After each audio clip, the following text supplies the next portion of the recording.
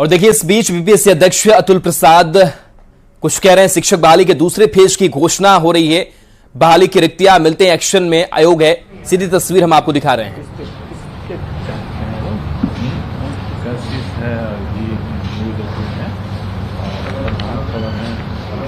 शिक्षक बहाली के दूसरे फेज की घोषणा होगी।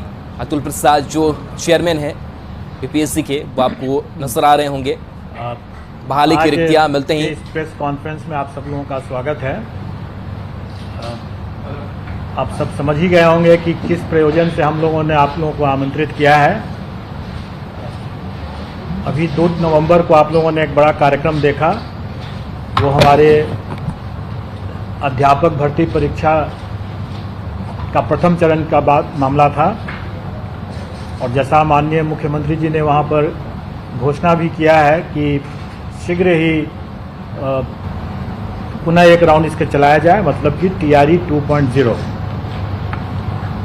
तो उसके संबंध में मैं अपने परीक्षा नियंत्रक टीआरई के शर्मा जी से मैं अनुरोध करूंगा कि आप तथ्य बता दें। सर, जैसा आप सब अवगत हैं कि प्रथम चरण की परीक्षा समाप्त हो गई और उसका परीक्षा फल भी घोषित कर दिया गया है और उसके आधार पर चयन पत्र भी जिलों में राज्य स्तर पर भी दिया गया है। अब हम लोग द्वितीय चरण के शिक्षक नियुक्ति प्रतियोगिता परीक्षा की तैयारी शुरू कर दिए हैं और उसका नोटिफिकेशन आज ही जारी होगा।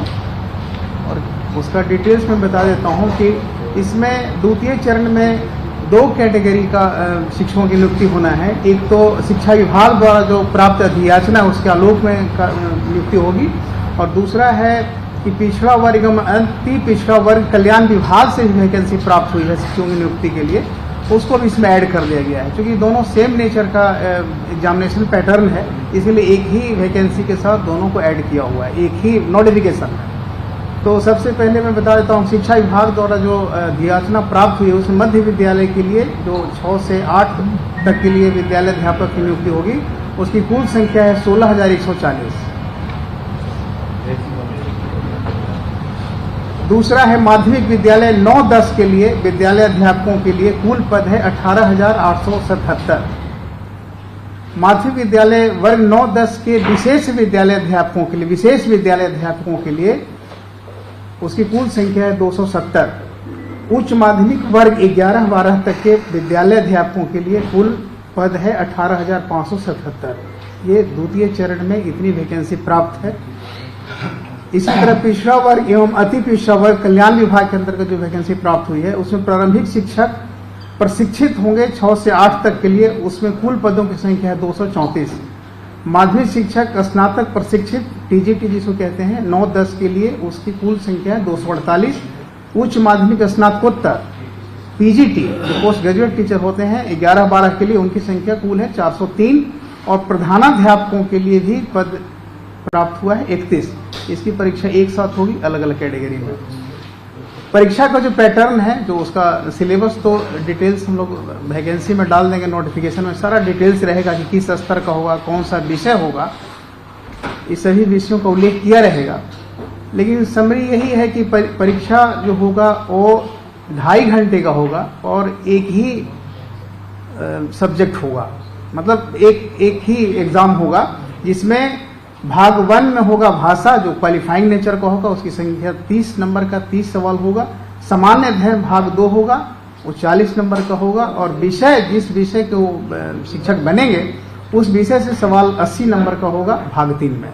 तो इसमें सिर्फ यही देखना है कि भाषा, सामान्य अध्ययन और विषय भाग 3 एक ही प्रश्न पत्र एक ही बुकलेट में रहेंगे, लेकिन पहला जो भाषा होगा क्वालिफाइंग नेचर का होगा। क्वालिफाई करने के बाद ही मेरिट लिस्ट बनेगा रेस्ट सब्जेक्ट पर।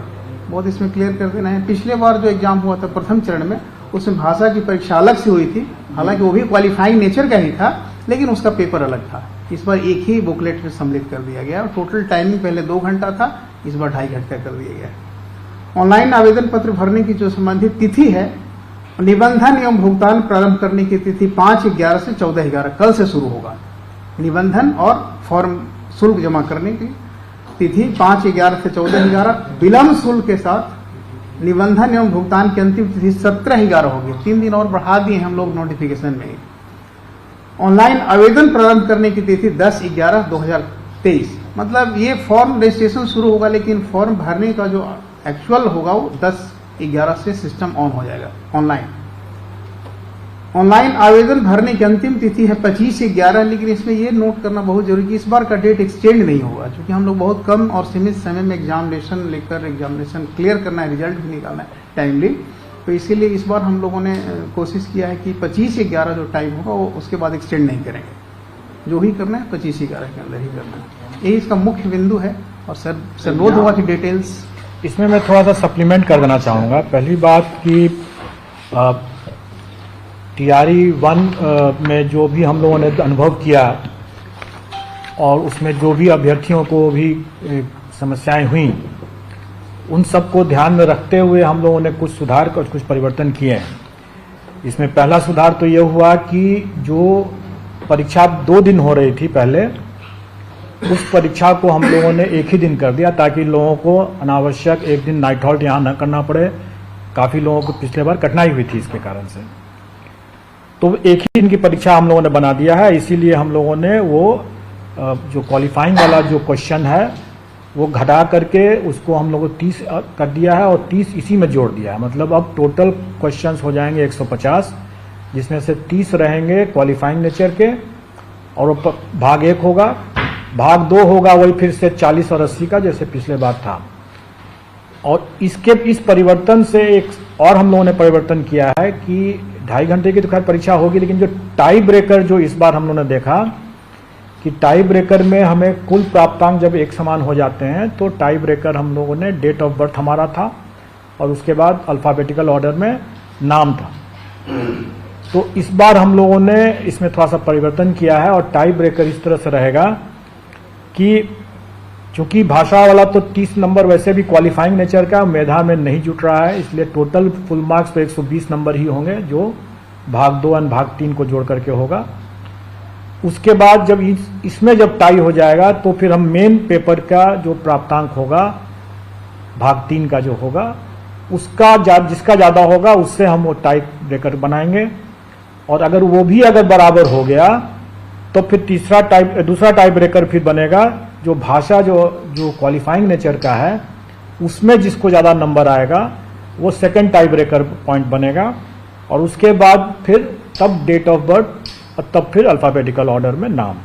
तो इससे क्या होगा कि मेधा को हम लोग ज़्यादा मतलब तरजीह दे रहे हैं, ज़्यादा प्रायोरिटी दे रहे हैं। इसके अलावा जो क्वालिफाइंग का जो 30% जैसे उसका पास मार्क्स रहेगा वो यथावत रहेगा, और विद इन दैट 30 जो है क्वेश्चन जो होगा उसके अंदर 8 क्वेश्चंस जो रहेंगे वो अंग्रेजी के रहेंगे और 22 क्वेश्चन जो रहेंगे वो हिंदी के रहेंगे। पहले वाले उसी 30 क्वेश्चन में 8 क्वेश्चन जो रहेंगे वो अंग्रेजी के रहेंगे और 22 क्वेश्चन जो रहेंगे वो हिंदी के रहेंगे। टोटल 30 का रहेगा, लेकिन और 9 नंबर उसमें क्वालिफाइंग रहेगा उसका। उसके अलावा जो जीएस का और जो फिर मेन पेपर का जो 40 और 80 क्वेश्चन रहेंगे 120 वो पूर्वत मतलब पिछले बार की तरह ही टोटल पर जो जीएडी का जो मापदंड है क्वालिफाइंग कट ऑफ का वो वही रहेगा। सिलेबस का जो लॉजिक है वो वही लॉजिक इस बार भी रहेगा, मतलब कि जो एनसीईआरटी का जो पाठ्यक्रम है जो बच्चों को जो पढ़ाया जाता है वही पैटर्न रहेगा, वही, लेकिन स्टैंडर्ड ऑफ कोर्स उससे ज़्यादा रहेगा। स्टैंडर्ड वही रहेगा जो उनकी एलिजिबिलिटी में जो उनका रिक्वायरमेंट है, जैसे ग्रेजुएशन है तो ग्रेजुएशन लेवल चला जाएगा, अगर पोस्ट ग्रेजुएशन तो पोस्ट ग्रेजुएशन लेवल चला जाएगा। इस बार जो हम लोग नया जो एक हो रहा है वो मिडिल स्कूल का हो रहा है, तो वो एक नया एडिशन है। इसके अलावा जो टोटल जो वैकेंसी हो रही है उसमें संभव है कि जो TRE 1 के जो अवशेष रिक्तियां हैं उन रिक्तियों को इसमें जोड़ा जाएगा। लेकिन इसको थोड़ा सा ये कंफ्यूज ना करें कि TRE 1 के जो अवशेष रिक्तियां वही हैं जिसमें कि नियुक्ति संभव ही नहीं है, लेकिन जो डॉक्यूमेंट वेरिफिकेशन के दौरान जो रिक्ति उत्पन्न होगी, जो ड्रॉप आउट्स होंगे या डॉक्यूमेंट वेरिफिकेशन में जो असफल होंगे, उससे जो उत्पन्न होगी जो रिक्ति, उस रिक्ति को पहले हम सप्लीमेंट्री रिजल्ट से ही पूरा करेंगे। और अगर नहीं कैंडिडेट मिलेगा तभी वो रिक्ति जो है वो राउंड 2 में जाएगा, मतलब TRE 2 में तभी जाएगा। तो दोनों तरह की रिक्ति है, लेकिन उसके बावजूद भी आप लोगों ने देखा ही होगा कि चूंकि STET की परीक्षा 2019 के बाद नहीं हुई थी, तो कई विषय में ऐसे थे जिसमें कि कैंडिडेट्स बहुत कम थे और रिक्तियां ज़्यादा थी। इसलिए स्वाभाविक है कि उसमें हम कभी भी हम पूरी रिक्ति को तो भर नहीं सकते थे, तो वो रिक्ति तो खाली ही रहना था। तो वो रिक्ति जब खाली है तो वो रिक्ति TRE 2 में आ जाने की संभावना है, और उसमें जब जैसे ही शिक्षा विभाग हमें बताएगा वैसे ही हम लोग इसको भी जोड़ देंगे। तो हमारे विज्ञापन में भी ये रहता ही है शर्त कि ये घट बढ़ सकता है, उसी हिसाब से रहेगा। इसमें पिछले बार की तरह हम लोग इसमें कोई नेगेटिव मार्किंग नहीं रखेंगे, लेकिन पिछले बार हम लोगों ने आवेदन और डॉक्यूमेंट वेरिफिकेशन की प्रक्रिया में हम लोगों ने पाया कि अभ्यर्थी अपनी अज्ञानता के कारण से, या चूंकि वो टेक सेवी नहीं थे, या साइबर कैफे की गलती के कारण से अनेक प्रकार की गलतियां हुई हैं। उसके कारण से कई प्रक्रिया हमारी बाधित हुई है, और उनको भी काफ़ी कठिनाई हुई है, और एक बहुत बड़ा मसला रह जाता था हमेशा कि उसके डॉक्यूमेंट ही कभी सही नहीं हो पा रहे थे। तो कैसे उसकी जांच की जा सकेगी? अगर बार बार अगर परिवर्तन करने की मांग करेंगे, बार बार बोलेंगे कि कभी साइबर कैफे से गलती हो गया, कभी कुछ हो गया, कभी कुछ हो गया, तो स्वाभाविक है कि ये सब को इन सब परेशानियों को देखते हुए ही हम लोगों ने इस बार आवेदन जो के 2 चरण में ले रहे हैं। पहले हम निबंधन करवा रहे हैं, और निबंधन हम तुरंत करवा रहे हैं, और इसलिए उसका जो डेट दिया गया है 5 से 14 तारीख तक के लिए। और ये आप अपना निबंधन कर दें, अपना जो भुगतान करना है वो कर दें, और आपको फिर अपना जो डॉक्यूमेंट वगैरह सब जो डिटेल में जो देने की जो बातें हैं उसके लिए आपको पर्याप्त समय है, और वो समय आपको 25 नवंबर तक के लिए है। वो समय 25 नवंबर तक के लिए, ताकि आप अपना सर्टिफिकेट वगैरह जो भी लेना है आप ले करके आ जाएं, और 25 नवंबर तक में आपको जमा करने का आपको अवसर रहेगा। लेकिन ये अवधि विस्तार नहीं होगा, और दूसरा कि इसके अलावे कोई नया अवसर नहीं दिया जाएगा। मतलब कि परीक्षा हो जाने के बाद या कभी कोई आकर के बोलेंगे कि हमसे ये गलती हो गई, सॉरी। इस बार मैं उम्मीद करता हूं कि अभ्यर्थी ज़्यादा सीरियस होंगे, अनुभव भी उन्होंने हासिल कर लिया पहले राउंड के से, हम लोगों ने भी उससे कुछ सबक लिया। तो इसलिए इस बार जो लास्ट डेट है 25 नवंबर आवेदन जमा करने का, मतलब कि उसके साथ अपने सारे दस्तावेज वगैरह सब जो प्रमाण पत्र उनको देने हैं, वो बेशक उस 25 नवंबर के बीच में वो जितनी बार चाहें अपना करते रहें, उसको बदल सकते हैं, लेकिन उनको वो दस्तावेज उसके बाद परिवर्तन करने का, सुधार करने का, कोई भी प्रविष्टि सुधार करने का कोई मौका नहीं दिया जाएगा। इसलिए ये अंतिम समय रहेगा, और इसको अक्षरशः अनुपालन किया जाएगा, अपनी तारीख उसी हिसाब से करेंगे वो। मैं तो यह भी सुझाव दूंगा कि अगर किसी को अगर लगता है कि कोई त्रुटि हो गई है, तो वो समय रहते अगर उसे पता चल जाता है और उसने अगर सब कुछ कर दिया, जमा कर दिया है, उसको लगता है कि त्रुटि रह गई है और उसके पास समय है, तो वो नया फॉर्म भर ले। लेकिन पुराने गलत फॉर्म पर वो अगर परीक्षा दे देगा और बाद में बोलेगा कि हमारे पास नहीं आ सका, तो डॉक्यूमेंट वेरिफिकेशन में जो भी असफल या अनुपस्थित भी अगर रह गए, तो वो हम लोग उसको कदाचार मानेंगे। क्योंकि हम लोग कई बार अवसर देते रहते ही हैं डॉक्यूमेंट वेरिफिकेशन में, अगर एक बार नहीं आ सका दूसरे बार आइए, तीसरे बार आइए।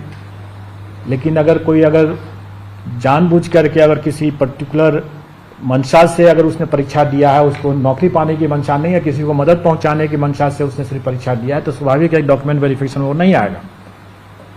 तो ऐसे लोगों को हम लोग छांटेंगे, ऐसे लोग कदाचार की श्रेणी में माने जाएंगे।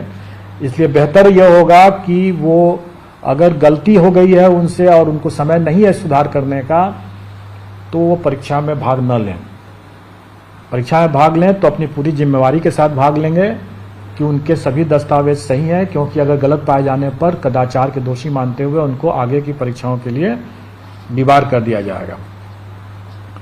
एक और ये है कि इस बार हम लोगों ने कैंडिडेट को, चूंकि हम मानते हैं कि इसके जो अभ्यर्थी हैं उतने अनुभवी नहीं थे, अमूमन हमारे जो कंबाइंड सिविल सर्विसेज और दूसरी परीक्षाओं के अभ्यर्थी ज़्यादा इस मामले में अनुभवी हैं, इसलिए OMR में वो अपने रोल नंबर, सीरीज और सब्जेक्ट कॉम्बिनेशन लिखने में गलती नहीं करते हैं, प्राय नहीं करते हैं।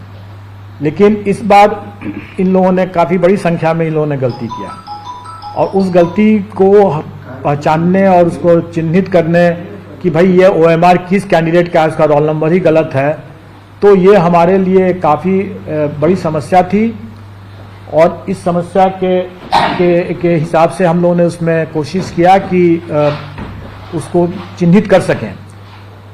लेकिन इस बार हम लोग ऐसा कोई प्रयास नहीं करेंगे, मैनुअल कोई प्रयास नहीं करेंगे, क्योंकि मैनुअल प्रयास करने में हो सकता है कि गलती भी हो जाए, कुछ छूट भी जाए, और अनावश्यक उसके कारण से सभी लोगों का विलंब भी होता है, काफ़ी कठिनाई हो जाती है, हमारे रिसोर्सेज पर भी काफ़ी दबाव पड़ जाता है। अगर हमको सीरीज की गलती अगर हो गई तो हम उसको मतलब चार तरह से अगर हम उसका रिजल्ट चेक करेंगे, चारों सीरीज में रिजल्ट चेक करेंगे, उसके बाद वो सुविधा देंगे, तो उसमें हमारे काफ़ी रिसोर्सेज लग जाते हैं, काफ़ी विलंब होता है, काफ़ी कठिनाई होती है।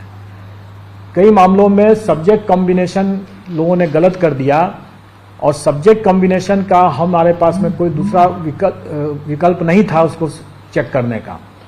तो कई लोग का हो सकता है कि वो सोच रहे हो कि हमने इस सब्जेक्ट कॉम्बिनेशन से एग्जाम दिया और हमको ज़्यादा नंबर आ रहा है अपने आंसर की को देख करके, और उनको हो सकता है कि उसमें काफ़ी कम नंबर आया हो, क्योंकि वो सब्जेक्ट कॉम्बिनेशन गलत कर बैठे हों। मैंने भी कुछ लोगों का देखा, आप लोग के चैनल के माध्यम से देखा कि कुछ लोग अपना दिखा रहे हैं कि मुझे हाई स्कूल में तो हमें अच्छा 50-60 नंबर आ गए, और हायर सेकेंडरी वाले में मात्र 19 ही नंबर आ गए। तो अब अगर कोई सब्जेक्ट कॉम्बिनेशन के और इस तरह की कोई गलती कर देता है तो स्वाभाविक है कि उसको नंबर तो बहुत खराब आ जाएगा फिर, और सब्जेक्ट कॉम्बिनेशन का कोई सुधार हम नहीं कर सकते, क्योंकि हम कोई चेक नहीं कर सकते, क्योंकि उसमें सिर्फ गोला बैठाना था, कोई और चीज़ नहीं, लिखना नहीं था। अगर गोला ही गलत बैठा दिया उसने तो गलत हो गया, उसके बाद और तो कुछ लिखना नहीं था उसमें। तो ऐसी स्थिति में हम लोग, या भाषा में भी इस तरह से लोगों ने गलती किया, भाषा जो गोला बैठाया वो कुछ और है और कुछ दे रहा है कुछ और है। तो इस तरह के गलतियों को हम लोगों ने कहा कि इस बार हमें काफ़ी कठिनाई आई उसको छांटने में, उसको देखने में, चेक करने में। तो इस बार हम उम्मीद करते हैं कि अभ्यर्थी ज़्यादा सतर्क रहेंगे, और मैं पहले से आप लोगों के माध्यम से आगाह करना चाहूँगा कि इस बार हम लोग ऐसा कोई प्रयास नहीं करेंगे चेकिंग करने का।